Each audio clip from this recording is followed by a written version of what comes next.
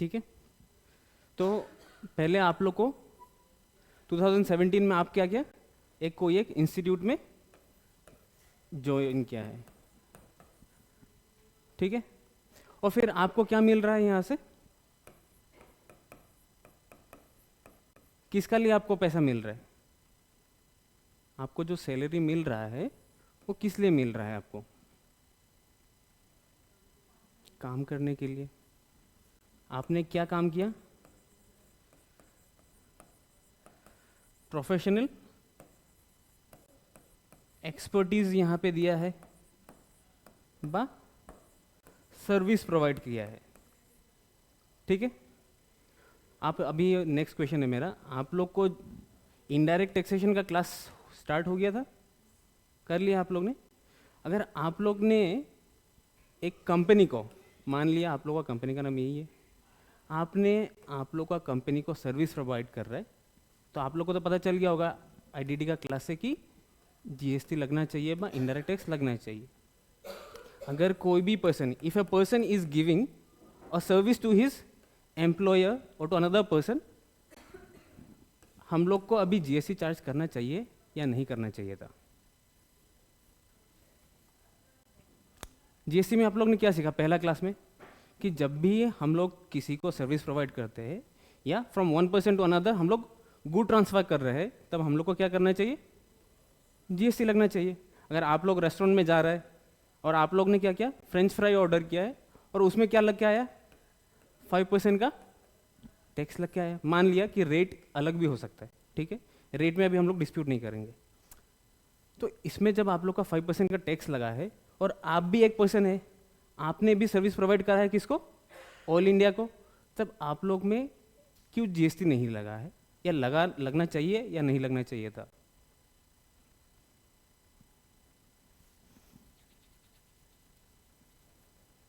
GST किसका ऊपर लग रहा था, वो पढ़ा था आप लोग ने पहला क्लास में।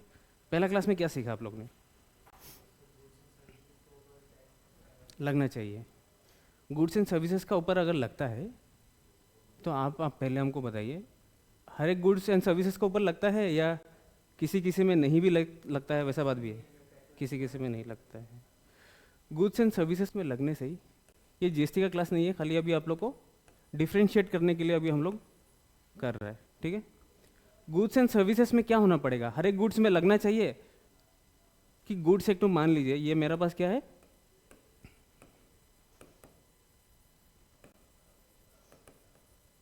ठीक है, मैं एक वेंडर से ये खरीदा और इसमें क्या खरीदने का साथ साथ मेरा ऊपर जीएसटी लग गया था क्या, लगा है। आप कोई भी, आपका घर का पास में एक दुकान है, आप वहाँ पे गया, जाके क्या खरीदा, आप ये खरीदा, कितना का खरीदा, 10 रुपये का खरीदा। जब भी खरीदा है आपने, आपको क्या ये वेंडर बोल के गया कि आपको 5, ये जो 10 रुपये का है उसमें आपका मान लीजिए आपको 2 रुपये का जीएसटी लगा है, आपको बोल के देता है क्या, नहीं देता है। समझ में आया इतना। अगर ये नहीं दे रहा है तो ये आपका क्या हो गया, इनडायरेक्ट टैक्स। ये आपको लगा कब है, ऑन कंजम्पशन, आपने उसको कंज्यूम किया और आपका ऊपर डायरेक्ट क्या लग गया, जीएसटी बा इनडायरेक्ट टैक्स आपका ऊपर में लेवी हो गया, चार्ज हो गया है। लेकिन ये चीज क्या होना पड़ेगा, from one person to another क्या होना पड़ेगा, ट्रांसफर होना पड़ेगा। ये पहले किसका पास था, वेंडर का पास था। From A person to B person, आपका पास क्या होना पड़ेगा, ये गुड्स का ट्रांसफर होना पड़ेगा। आपका पास ऑलरेडी एक सामान है, आपका पास क्या है, मोबाइल फ़ोन है या आईफोन है आपका पास, आपने क्या किया, अपना भाई को बेच दिया उसको। तो अभी अगर आपने आपका पर्सनल इफेक्ट्स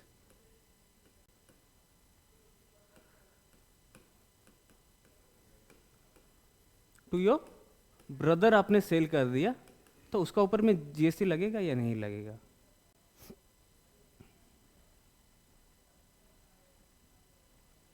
आपका पास क्या है, इसका ऊपर में तो क्वेश्चन नहीं है, ये खत्म है आपका।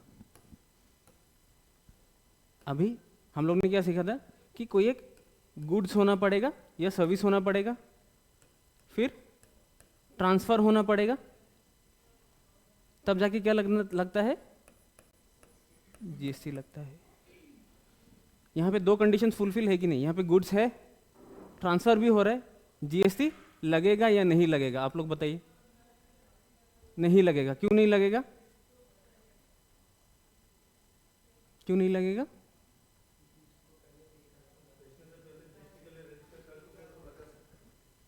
जीएसटी का पहले, बेचने का पहले, हाँ हाँ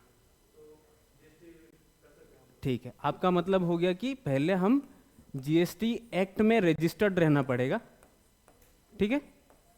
one answer is GST act में मुझे, अगर हम रजिस्टर्ड है और फिर उसका बाद में अगर हम किसी को सेल कर रहा है तब उसका ऊपर जीएसटी लगना चाहिए, करेक्ट। और दूसरा क्वेश्चन है, आंसर है इसका नहीं लगना चाहिए, कोई बोल रहा है, आप बोल रहे नहीं लगना चाहिए, करेक्ट कौन है, किस लिए? क्योंकि पर्सनल इफेक्ट्स में कभी जीएसटी लगता ही नहीं है। जो भी पर्सनल आइटम्स होता है, अगर आप खरीद रहा है तो आपका ऊपर में जीएसटी लगेगा। जैसे आपने क्या खरीदा, अभी डेयरी मिल्क खरीदा था, तो आपका ऊपर में आप कंज्यूम किया है तो आपको जीएसटी पे करना पड़ा। लेकिन आपने जब उसको दूसरा किसी को सेल करेगा उसका ऊपर में जीएसटी नहीं लगता है। अगर आपने एक नाम सुना है आईटीसी, कल को सुना था, क्या था नाम था इसका, आईटीसी का मतलब, अगर कोई भी एक आइटम्स में अगर आप इनपुट टैक्स क्रेडिट ले रहे हैं और अगर उसी को अगर आप सेल कर रहे हैं तो देना पड़ेगा। मतलब अगर आप कोई भी एक आइटम को जब खरीद रहे थे तब आपने अगर जीएसटी पे किया है तब उसको बेचने का टाइम में भी आपको क्या करना पड़ेगा, जीएसटी पे करना पड़ेगा, ठीक है। यहाँ पे अभी हम लोग ने क्या देखा था कि ट्रांसफर ऑफ गुड्स में, transfer of goods and services में मेरा इनडायरेक्ट टैक्स लग रहा था। मेरा पहला क्वेश्चन क्या था अभी, अगर if an employee is transferring his और हर सर्विसेज टू हिज एम्प्लॉयर, अभी मेरा पास इनडायरेक्ट टैक्स चार्ज होना चाहिए या नहीं होना चाहिए?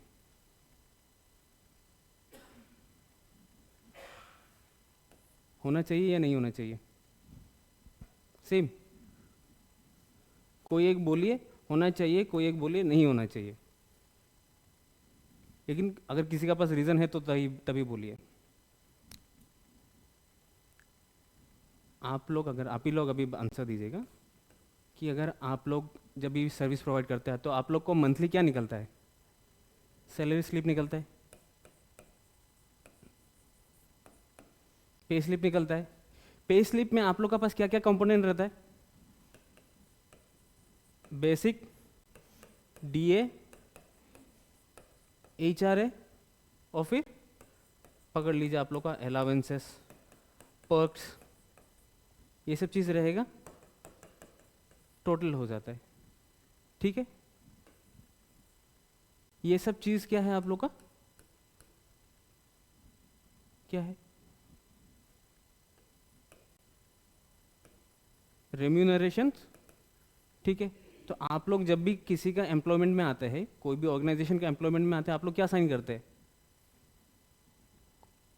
बॉन्ड साइन करते हैं, रेम्यूनरेशन पॉलिसी एक साइन करते हैं और उसमें लिखा रहता है कि आप लोग को बेसिक इतना मिलेगा, डीए परसेंटेज ऑफ इतना मिलेगा। तो ये क्या हो जाता है, इसको हम लोग क्या बोल के बोलते हैं, सैलरी बोल के बोलते हैं। और सैलरी किसको देना पड़ता है, एम्प्लॉयर देता है, किसको, एम्प्लॉई को देता है। जीएसटी एक्ट में डायरेक्टली बोल के रखा है कि कोई भी एम्प्लॉयर अगर अपना एम्प्लॉई से कोई भी सर्विस रिसीव कर रहा है तो उसका ऊपर में जीएसटी नहीं लगेगा। यहाँ पे पहला बात क्या हो गया, एम्प्लॉयर एम्प्लॉई रिलेशन रहना पड़ेगा। अगर आपका एम्प्लॉयर एम्प्लॉई रिलेशन है और आपने किसी को सर्विस प्रोवाइड किया है, तब आपका ऊपर में इनडायरेक्ट टैक्स नहीं लगेगा। लेकिन आपको यहाँ पे क्या लग रहा है, आपने पूरा साल पूरा महीना काम किया है, एक ऑर्गेनाइजेशन को क्या किया, आपने पूरा काम दिया है, आवर्स दिया है, उसका अगेंस्ट में आपको बेसिक ये सब चीज़ मिल रहा है। ठीक है, ये सब टर्म्स अभी हम लोग बाद में डिस्कस करेंगे, लेकिन अभी महीना में हमको इतना पैसा मिल रहा है। तो उसका बाद में एक चीज़ मेरा क्या होता है, पैसा काटता है, इनकम टैक्स काटता है। तो ये इनकम टैक्स में जो भी पैसा काटता है वो क्या हो गया, किससे काट रहा है, ये पैसा किससे काट रहा है, आपका पैसा कौन खा रहा है। घर पे मान लीजिए आपका अगर क्या है बच्चा होगा, तो आपका चिल्ड्रंस या आपका पेरेंट्स खा रहा है। घर में आप पैसा लेके जा रहे हैं और आपका घर में क्या कर रहा है, सब्जी बना के या कुछ भी बना के आप क्या कर रहे हैं, खिला रहे हैं, पार्टी कर रहे हैं। तो जीएसटी ने क्या बोला था कि ये जो भी पैसा खाएगा, जो भी सामान है, जो भी सर्विस रिसीव करेगा, उसका ऊपर में ही टैक्स का लायबिलिटी गिरता है, उसी को ही क्या देना पड़ता है, टैक्स का पेमेंट करना रहता है। जैसे मैंने क्या कर लिया था, डेयरी मिल्क खरीदा और मुझे ही टैक्स का पेमेंट करना पड़ा था। लेकिन यहाँ पे हम पूरा महीना पूरा काम किया है, काम करने के बाद में वो पैसा लेके किसका पास जा रहा है, घर में लेके जा रहा है। घर में जब भी लेके जा रहा है, ये पैसा कौन खा रहा है, मेरा पेरेंट्स या चिल्ड्रंस खा रहे हैं। तो जीएसटी किसको पे करना चाहिए था,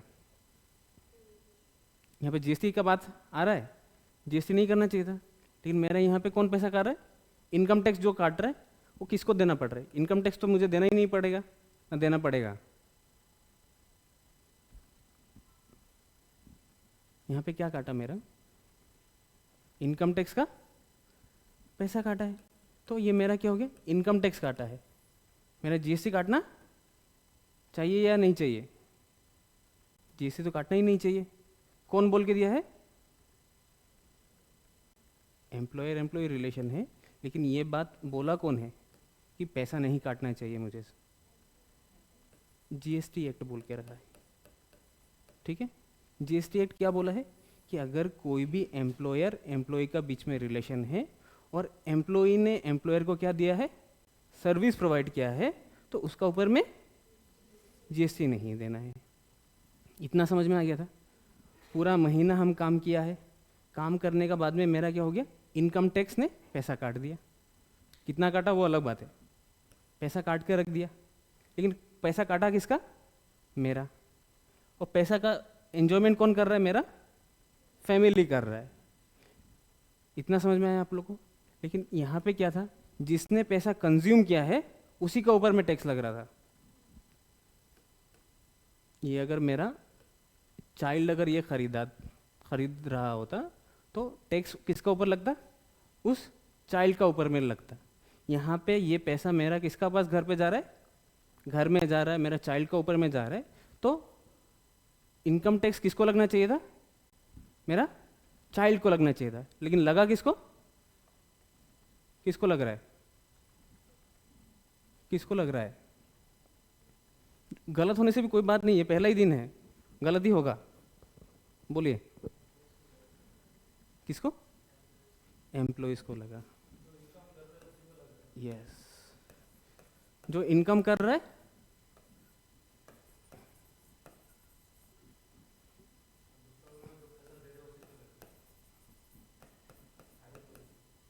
ठीक है, जो खा रहा है, करेक्ट, यही वर्ड चाहिए था हमको। जो खा रहा है उसको लग रहा है, और जो कमा रहा है, तो ये क्या हो गया, इसका बीच में अभी डिफरेंस होगा। ये क्या हो गया आपका डायरेक्ट टैक्स, और ये हो गया आपका इनडायरेक्ट टैक्स। ठीक है, जो खा रहा है वो क्या पे करेगा, इनडायरेक्ट टैक्स, और जो कमा रहा है वो डायरेक्ट टैक्स। समझ में है।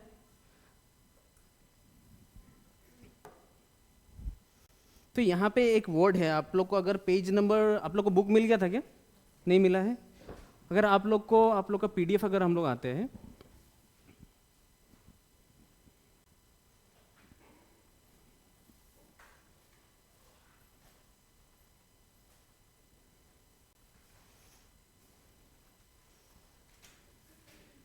पहले हम लोग बेसिक्स थोड़ा अभी डिस्कस करेंगे, बेसिक्स का थोड़ा आइडिया दे देंगे, उसका बाद में हम लोग कोर्स में कैसा है आप लोग का वो हम लोग डिस्कस करेंगे, ठीक है।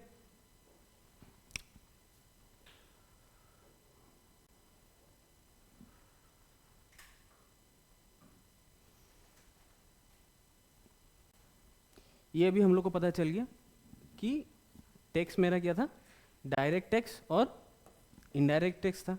डायरेक्ट टैक्स किसको लग रहा था, जो इनकम कर रहा या कमा रहा था, और जो खा रहा था उसको इनडायरेक्ट टैक्स देना पड़ रहा था। यहाँ पे एक वर्ड है आपका incidence and impact, incidence and impact है, ठीक है। इंसिडेंस मतलब क्या है, जो कमा रहा है, और इम्पैक्ट जो पैसा दे रहा है वो सेम पर्सन का ऊपर में गिर रहा है, तो इसीलिए क्या है, ऑन द सेम पर्सन है। मैंने कमाया, मैंने ही टैक्स पेमेंट किया है, तो ये डायरेक्ट टैक्स। यहां पे पैसा कौन कमा रहा है, पहला जो आप लोग को डेयरी मिल्क वाला एग्जांपल था उसमें पैसा किसने कमाया, सेलर, वेंडर ने कमाया था, तो incidence fail upon the vendor, और इंपैक्ट किसको पड़ा, मेरा ऊपर, मैंने खाना खाया था, तो कस्टमर।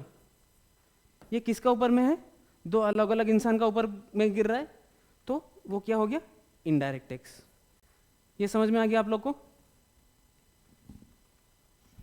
फिर अभी इनडायरेक्ट टैक्स का अभी आप लोग को नाम पता है, और डायरेक्ट टैक्स का एग्जाम्पल्स अभी आप लोग दे पाएंगे। डायरेक्ट टैक्स में ऐसा कौन सा एग्जाम्पल्स है जहां पे आपका ऊपर में टैक्स लगा है और आप ही ने पेमेंट किया है। एग्जाम्पल्स है इनकम टैक्स को छोड़ के, ये तो आप लोग को पता ही है, ये भी आप लोग को पता है। इन दोनों को छोड़ के आप लोग को और भी कोई टैक्स का नाम पता है। अभी सैलरीड वाला लोग के लिए एक क्वेश्चन है, ये आप लोग का पे स्लिप में आप लोग ने ये वाला वर्ड्स कभी देखा है, प्रोफेशनल टैक्स और पी टैक्स, नहीं देखा आप लोग ने। कितना काट रहा है आपका, 24 नहीं होगा उतना, किस लिए नहीं होगा वो भी, हाँ per year, per year correct, per year अगर होता है तो वो उतना होगा, करेक्ट।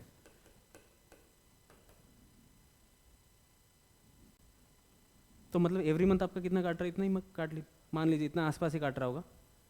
तो प्रोफेशनल टैक्स क्या है, किसका ऊपर में काट रहा है, आपने अर्न किया है, प्रोफेशनल इनकम किसने अर्न किया है, आपने अर्न किया है, और टैक्स भी किसने पेमेंट कर रहा है, आपसे ही पैसा लेके ले रहा है। तो दोनों इंसिडेंस और इम्पैक्ट किसका ऊपर में गिर रहा है, आपका ऊपर गिर रहा है, तो ये पी टैक्स को भी क्या बोला जाएगा, डायरेक्ट टैक्स बोला जाएगा, ठीक है। इतना समझ में आया आप लोग को। फिर बाद में आता है यहाँ पे क्या, पी टैक्स लिख दीजिए। ये एक समझ गया कि आप लोग को खाली बुकिश वाला नॉलेज नहीं दे रहे हम। फिर बाद में आपका क्या आ गया, वैट। वैट का फुल फॉर्म आप लोग को पता है, वैल्यू एडेड टैक्स।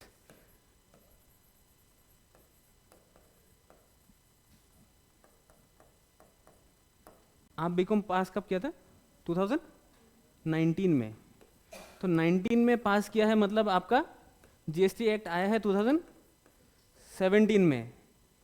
तो आप लोग को ये वैट का बारे में कहाँ से पता चला है, कहाँ पे सुना था आप लोग ने, क्योंकि आप जब बीकॉम कर रहे थे तब तो जीएसटी आ चुका था, तब आप लोग का करिकुलम भी चेंज हो चुका था। वैट का नाम कहाँ से सुना था आप लोग ने, पहला इंस्टेंस कहाँ पे नाम सुना था वो बताइए हम लोग को। कहीं तो सुना होगा आप लोग ने, कहीं देखा होगा, बिल या इनवॉइस में। आपने कब देखा था, कुछ इंसिडेंट याद है, कहानी बताइए बस, यहाँ पे यही चलेगा पहला दिन।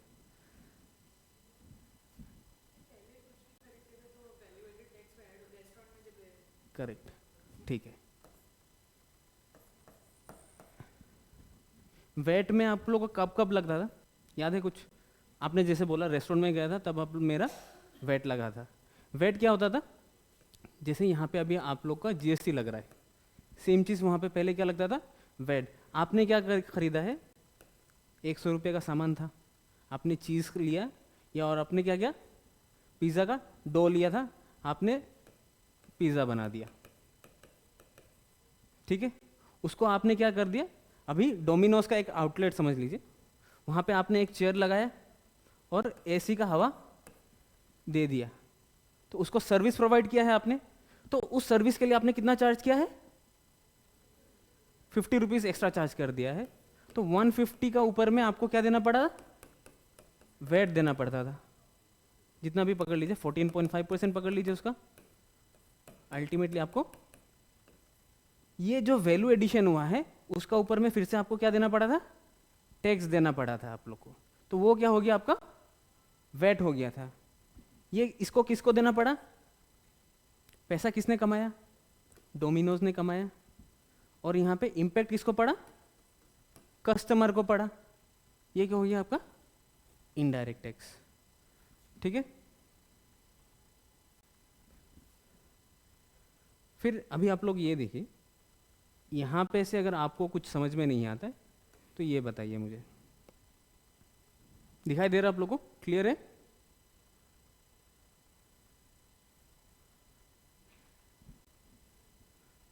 ये वाला टेबल में आप लोग को, ये वाला इनडायरेक्ट टैक्स वाला क्लासेस में भी यही मिला होगा टेबल ना, अलग मिला था,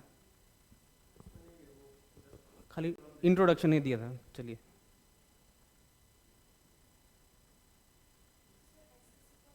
एसएससी करेक्ट,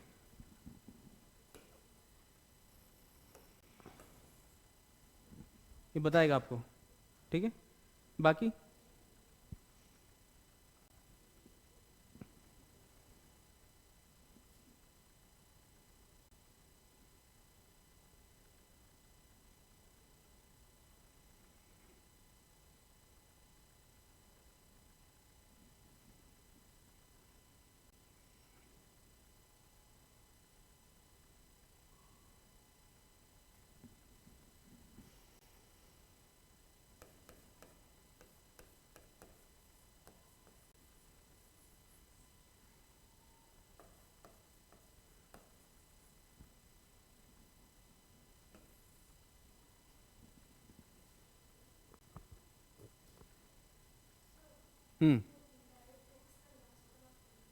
कौन सा, ये वाला, ठीक है। यहाँ पे कोई रजनीगंधा खाने वाला है, नहीं है, जानना चाहिए था। आप लोग ने ऐसा चीज़ कोई कुछ खाता है जिसमें पकड़ लीजिए जीएसटी लगता ही नहीं ना हो, नहीं, वो जानना जरूरी है आप लोग के लिए। सब खाता है, चलिए। लिकर कंज्यूम करता है कोई, चलिए मान लिया कर लेता है आप लोग, ठीक है। और सिगरेट नहीं करता आप लोग, करना चाहिए आप लोग को, तब जाके पता चलेगा, क्या पता चलेगा कि ये हार्मफुल गुड्स होता है कि नहीं। उल्टा साइड से ये हार्मफुल गुड्स होता है, तो इसको क्या करता है गवर्नमेंट को, गवर्नमेंट को क्या चाहिए पहले, अगर देश चलाना है उसको क्या चाहिए, रेवेन्यू चाहिए, पैसा चाहिए उसको।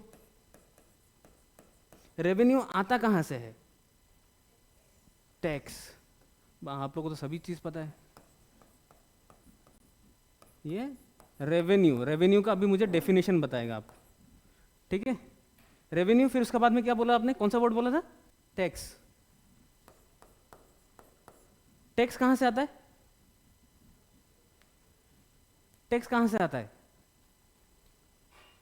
ये तो आपने करेक्ट स्टोरी बताया, गवर्नमेंट को पैसा चाहिए चलाने के लिए, कहाँ से आता है, रेवेन्यू आता है। रेवेन्यू कहाँ से मिलता है उसको, टैक्स से। टैक्स कहाँ से कलेक्ट करता है, क्या क्या, कंजम्पशन ऑफ गुड्स। हाँ, तो वो गुड्स से तो नहीं मिलता है कि गुड्स भाई साहब आप मुझे पैसा दीजिए, करेक्ट, वो तो नहीं होता होगा। वो आपका बात भी सही है, आप थोड़ा आगे बढ़िए खाली, जिसने कुछ कमाया है। हाँ ठीक है, वो अगर आपका कौन हो सकता है, कौन हो सकता है वो? मैन्युफैक्चरर, कोई इंसान होना पड़ेगा। उसको इनकम टैक्स या टैक्सेशन टर्म में क्या बोला जाता है? पर्सन। ठीक है, कोई एक इंसान नहीं बोलेगा। इंसान बोलने से यहां पे अलग है। इंसान का मतलब क्या होता है यहां पे? इंडिविजुअल। इंडिविजुअल का मतलब क्या होता है यहां पे? मेरा हिंदी बहुत अच्छा नहीं है, तुक्का में चल रहा है मेरा। ठीक है, इंडिविजुअल मतलब क्या है? इंसान होता है। इनकम टैक्स ने ऑलरेडी डिफाइन करके रखा हुआ है कि ये मेरा क्या है? डेफिनेशंस होता है।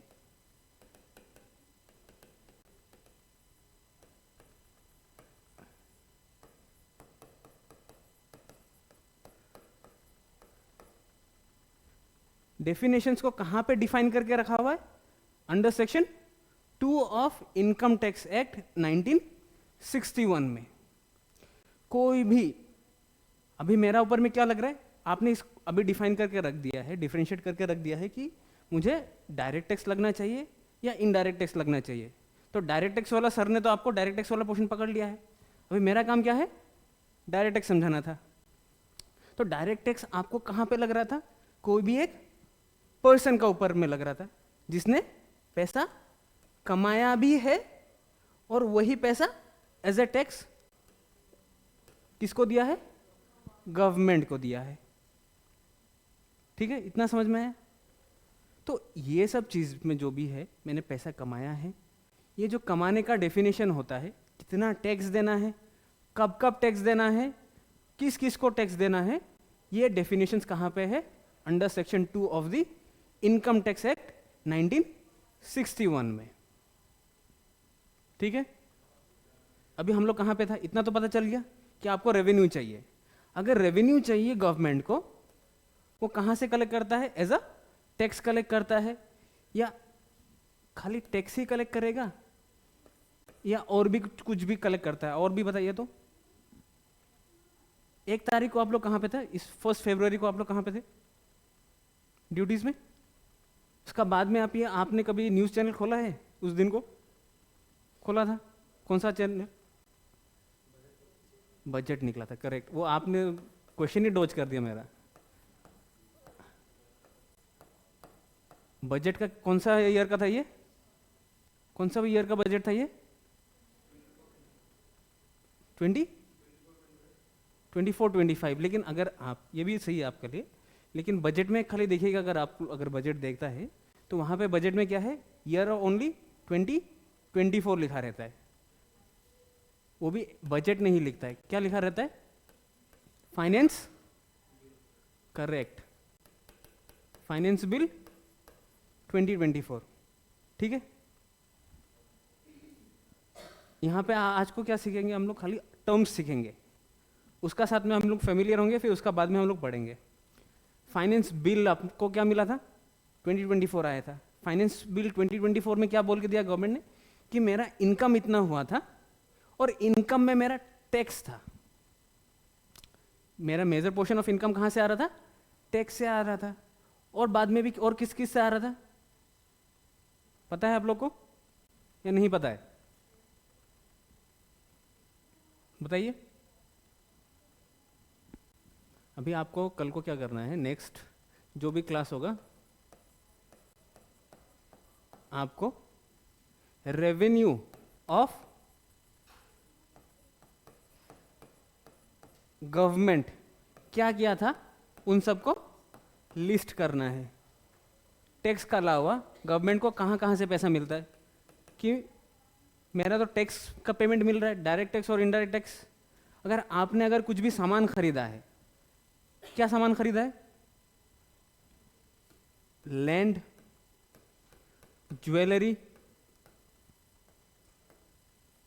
या व्हीकल खरीदा है, तब आप लोग को क्या करना पड़ता है? मान लीजिए आपको स्टैम्प ड्यूटी पेमेंट करना पड़ता है कि नहीं? एग्रीमेंट। तो वो स्टैम्प ड्यूटी जो होता है वो पैसा किसको जाता है? गवर्नमेंट को जाता है।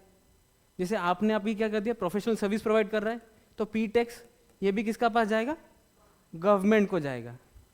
ठीक है, ये सब चीज़ का पैसा, फिर वेल्थ टैक्स भी एक रहता था पहले कि आपने पैसा ज़्यादा कमाया है तो ज़्यादा भी पैसा दे के जाइए।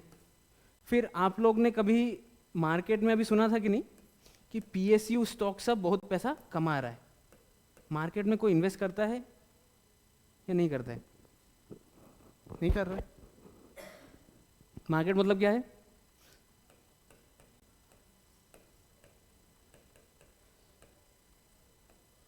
स्टॉक एक्सचेंजेस में आपका क्या मिलता है? स्टॉक मिलता है कि इस कंपनी का ऑयल का शेयर्स रहेगा, उस शेयर्स का अगर प्राइस बढ़ता है तो मेरा कमाई होता है।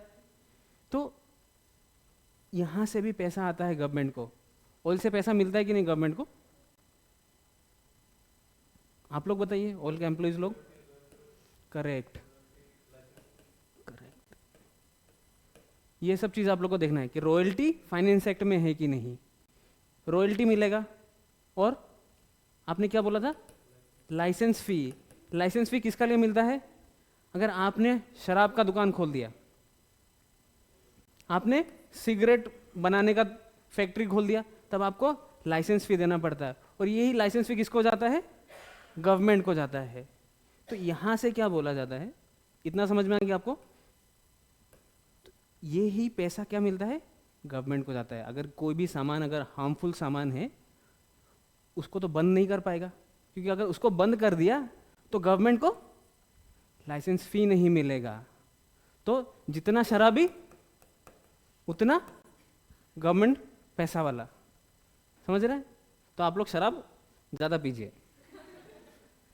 तो क्या बोलिए, इसको अगर बंद नहीं कर पाएगा, तो इसको अगर बंद नहीं कर पाता है तो उसका तरीका क्या है? ऑल्टरनेटिव क्या है उसको बंद कराने के लिए?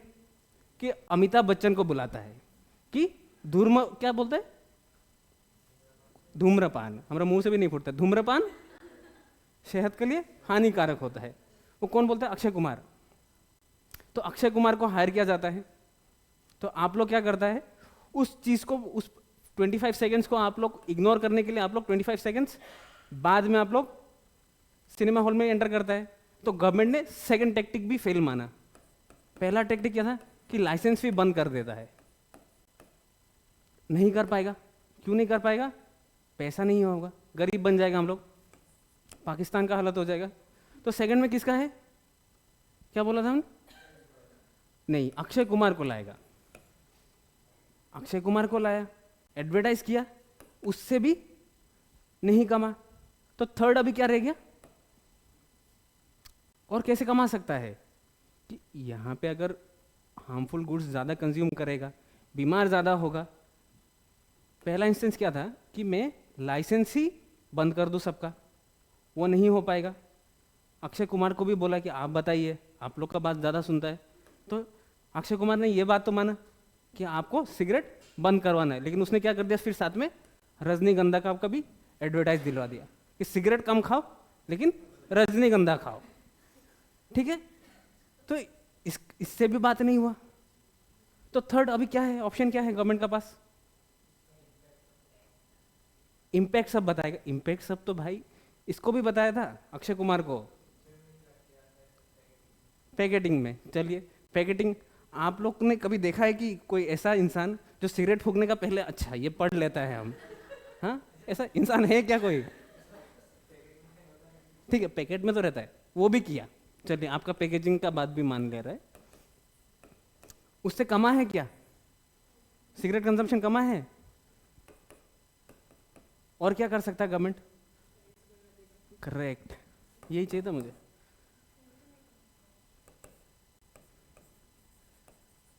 Increase in price. प्राइस का इंक्रीज कैसे होता है? टैक्स बढ़ा दिया। तो वो टैक्स किसको देना पड़ रहा है? जो कंज्यूम कर रहा है उसी को देना पड़ रहा है। तो यहाँ पे वो क्या कर रहा है? टैक्स बढ़ा देता है कि आपका लिए ये टैक्स बढ़ा देगा और आप लोग कम कंज्यूम करेगा बोल के सोचता है। लेकिन इंसान तो इंसान ही है, तब भी खा पी रहा है।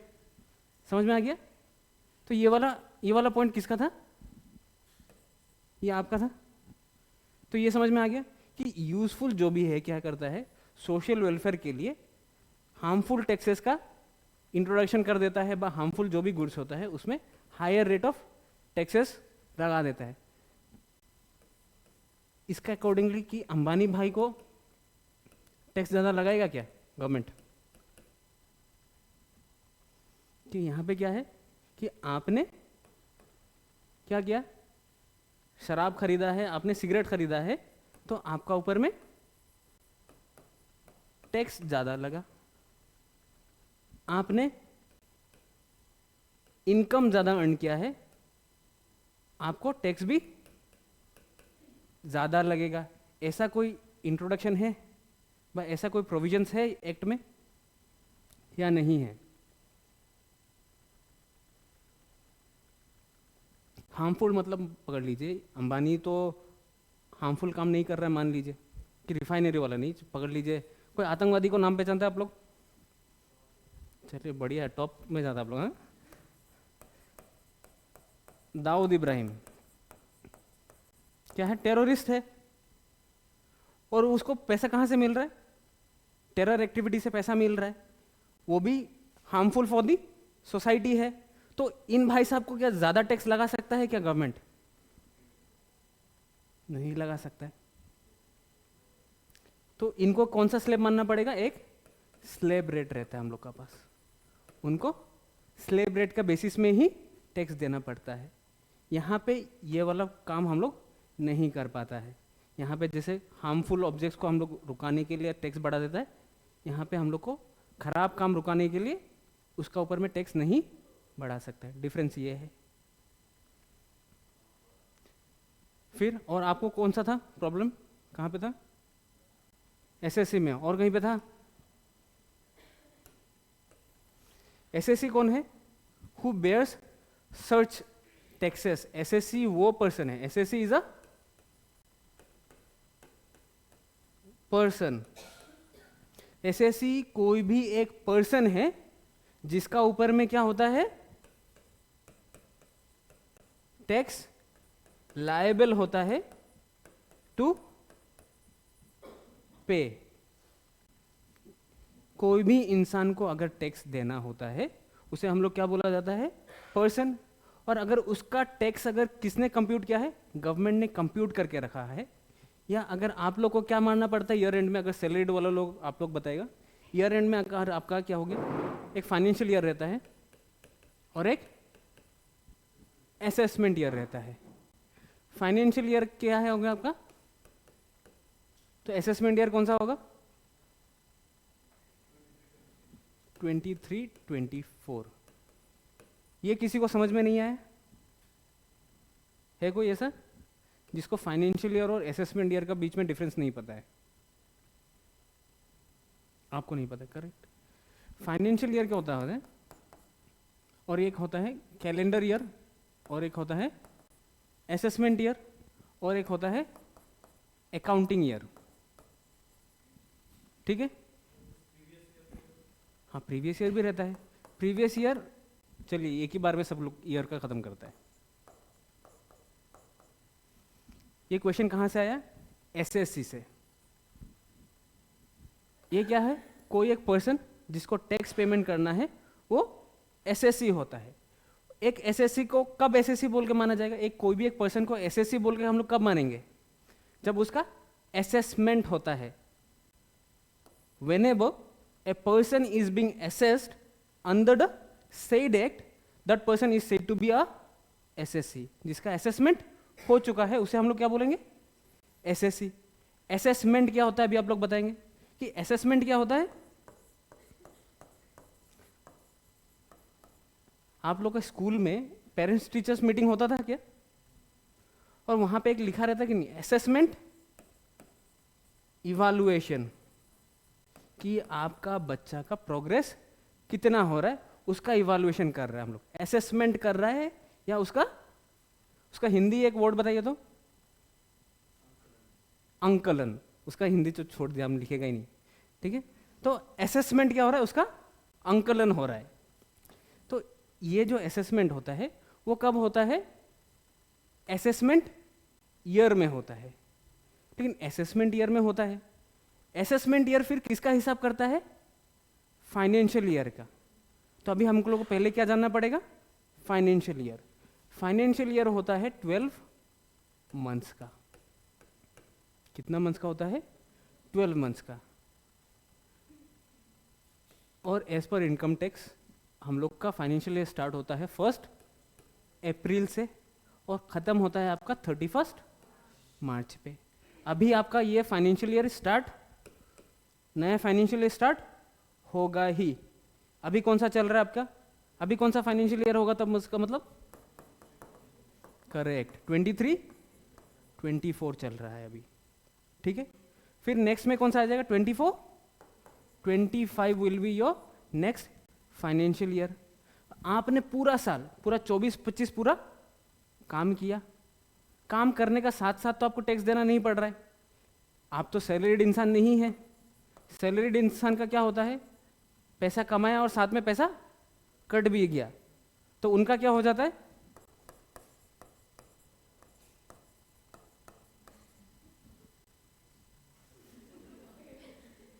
ठीक है, रो रो के जाता है कि अरे भाई मेरा तो कट गया। तो ये क्या है? फाइनेंशियल ईयर में आपको ये पता चल गया। तो असेसमेंट क्या होगा?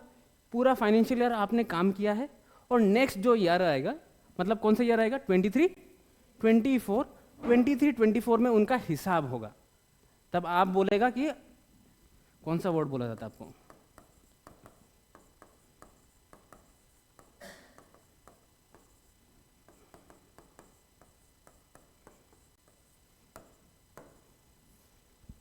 उनका क्या है? उनको बोला था कि आइए पैसा देके जाइए। तो पैसा कब देगा उनको? 23-24 में देगा। तो वो ये जो ईयर होता है वो उनका क्या हो गया?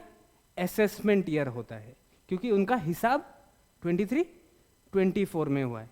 अगर कोई भी एक पर्सन का फाइनेंशियल ईयर में पूरा काम किया है, असेसमेंट हुआ है नेक्स्ट ईयर में, उस पर्सन को हम लोग तब जाके एसएससी बोला जाएगा, ठीक है। और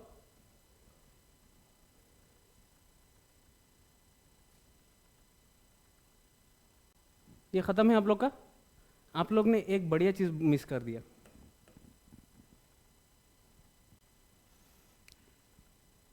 ये क्या है? डायरेक्ट टैक्स किसका ऊपर लग रहा है? Income tax. अभी हम लोग एक्ट का नाम ही क्या है? Income tax. और आपको जो भी पैसा लग रहा था, आप लोग का जो भी बेसिक डीए HRA, ये आपका क्या है? मंथली इनकम है। तो इनकम जब भी अर्न करेगा उसका ऊपर में टैक्स लग जाता है, ठीक है। अभी हम एग्जांपल दे रहे हैं। आप मान लीजिए क्या है, कोई एक सीए में बन गया है, सपना ही देखिए अभी के लिए।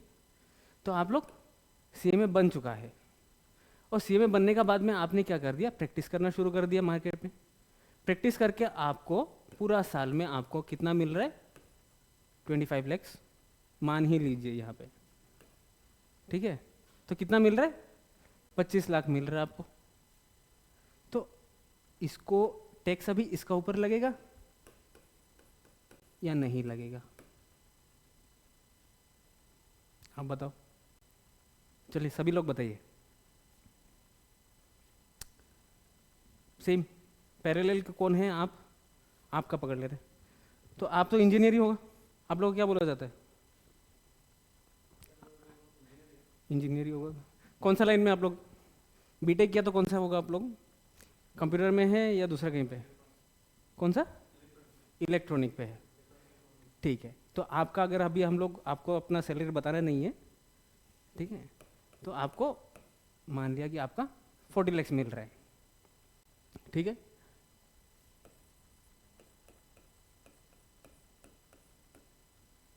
ये आपका पर ईयर का सैलरी है। ये कौन है? सैलरीड इंसान है और ये बिजनेस कर रहा है, क्योंकि इसका तो कोई एम्प्लॉयर नहीं है, इनका एम्प्लॉयर एम्प्लॉई है, तो ये सैलरीड है। एम्प्लॉयर एम्प्लॉई नहीं है तो बिजनेस कर रहा है ये, ठीक है। तो टैक्स किसका ऊपर लगेगा?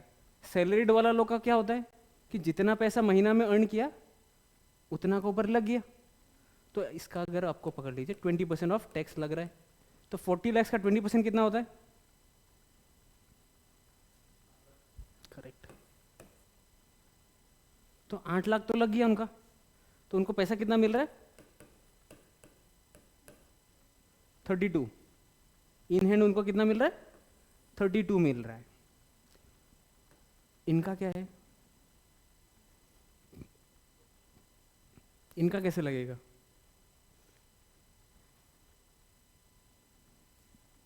सेम। आप क्या बोल रहे हैं? आपको सेम ही बोल रहे हैं। आप बोल रहे हैं कि 25 में हम 20% का रेट पकड़ ले रहा है, तो 5 लाख पे टैक्स लग गया। 25 माइनस 5 इज योर 20 लाख का टैक्स लग रहा है। ये मेरा इनकम कितना है लेकिन? 25। और ये मेरा क्या है? टैक्स। इतना समझ में आया? ये मेरा इनकम और ये मेरा टैक्स। इनका तो समझ में आ गया आपको? इसमें ये एक ओपिनियन है आपका, और दूसरा कोई ओपिनियन है?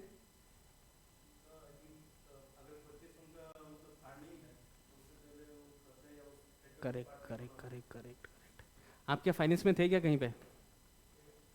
आपको कहीं पे ये फाइनेंस का कुछ पता है कैसे रहता है आप लोग को? मतलब ये एक्सपेंस का आइडिया जो आपने बोला अभी आंसर, वो कहीं से सुना है?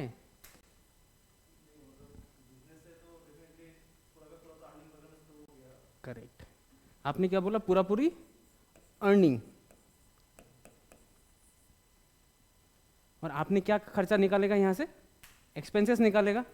अर्निंग से क्या माइनस किया? एक्सपेंस माइनस किया आपने। ठीक है, हाँ जेन्युइन ही मान लिया। फिर आपका कौन है? सैलरी से आपको क्या मिला? Monthly salary. आपका क्या एक्सपेंस नहीं रहता क्या? आप लोग एक्सपेंस नहीं रहता है? क्या एक्सपेंस रहता है? पर्सनल। अच्छा ये पर्सनली हो गया ना अभी। करेक्ट। पर्सनल एक्सपेंस में क्या आएगा? फूडिंग आ जाएगा, ट्रैवलिंग आ जाएगा, रिफ्रेशमेंट एक्सपेंसेस आ जाएगा, ये सभी रहता है। ठीक है। यहाँ पे एक्सपेंसेस क्या क्या आ सकता है? कोई भी एक बिजनेस में क्या आ जाएगा? सेम ट्रैवलिंग रहेगा, लेकिन वो किसके लिए होना पड़ेगा? बिजनेस होना पड़ेगा। किस लिए होना पड़ेगा? क्योंकि कोई भी अगर पर्सन को पर्सनल एक्सपेंसेस अलाउड नहीं है। ये कौन है? आप इंडिविजुअल है। इंडिविजुअल का कोई भी अगर अपना पर्सनल खर्चा है वो इनकम टैक्स में अलाउड नहीं है। ये जो भाई साहब ने क्या किया, सैलरी अर्न कर रहा है, वो तो पर्सनल कैपेसिटी में अर्न कर रहा है, और ये जो भी एक खर्चा करेगा वो पर्सनल कैपेसिटी में खर्चा करेंगे, तो उनका कोई भी पर्सनल एक्सपेंसेस नहीं रहता है। इसीलिए 40 लाख से कोई भी एक्सपेंसेस माइनस नहीं होता है, और डायरेक्टली उसी का ऊपर में टैक्स लग जाता है। लेकिन ये जो हाँ, लेकिन वो क्या है आपका? वो तो आपको पैसा मिल भी रहा है ना। करेक्ट। वो खर्चा आपको तो टैक्स देना ही पड़ा अल्टीमेटली। लेकिन वो खर्चा कितना है? आपको जो भी टैक्स मिल रहा है, आपने जो बोला ट्रैवलिंग अलाउंस, आपको ट्रैवलिंग अलाउंस मिला है, ठीक है। आपने उस ट्रैवलिंग अलाउंस के लिए तो कुछ खर्चा भी किया होगा। पकड़ लीजिए आपको जैसे मिल रहा है, आपको अभी खर्चा क्यों नहीं हो रहा है? क्योंकि आपको ऑयल क्या कर दिया? क्वार्टर पे कर दिया। क्वार्टर एक दे दिया आपको घर में रहने के लिए, और आपको क्या प्रोवाइड कर दिया? बस सर्विस भी प्रोवाइड कर दिया।